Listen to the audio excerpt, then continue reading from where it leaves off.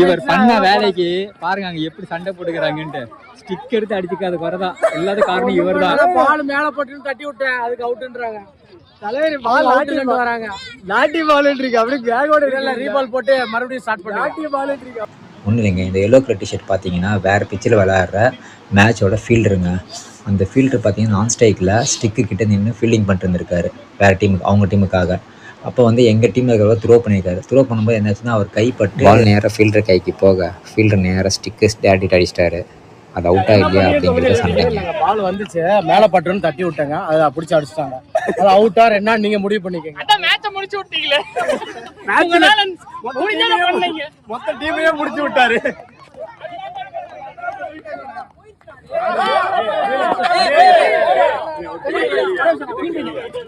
அவர் பிடிச்ச ஒண்ணு கொடுத்தாரு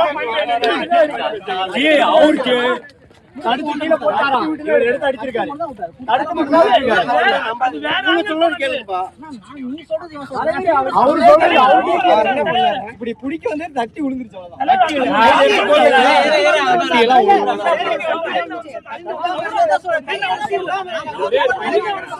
நம்ம கேமராமேன்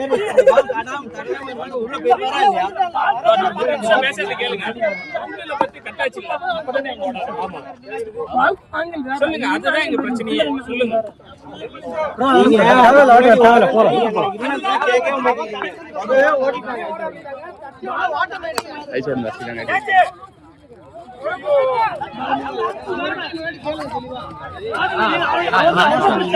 தாயும் பிள்ளையா பழக்கிட்டு இருந்தாங்க இத்தனை வருஷமா.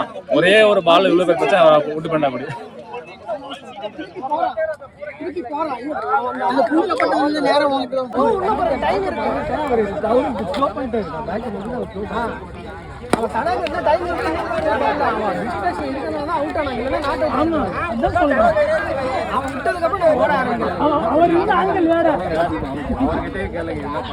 இத்தனைக்கும் ஒரு மேட்ச் தான் வரும்னு சொல்லிட்டு போனான். என்ன பண்ணிட்டான்.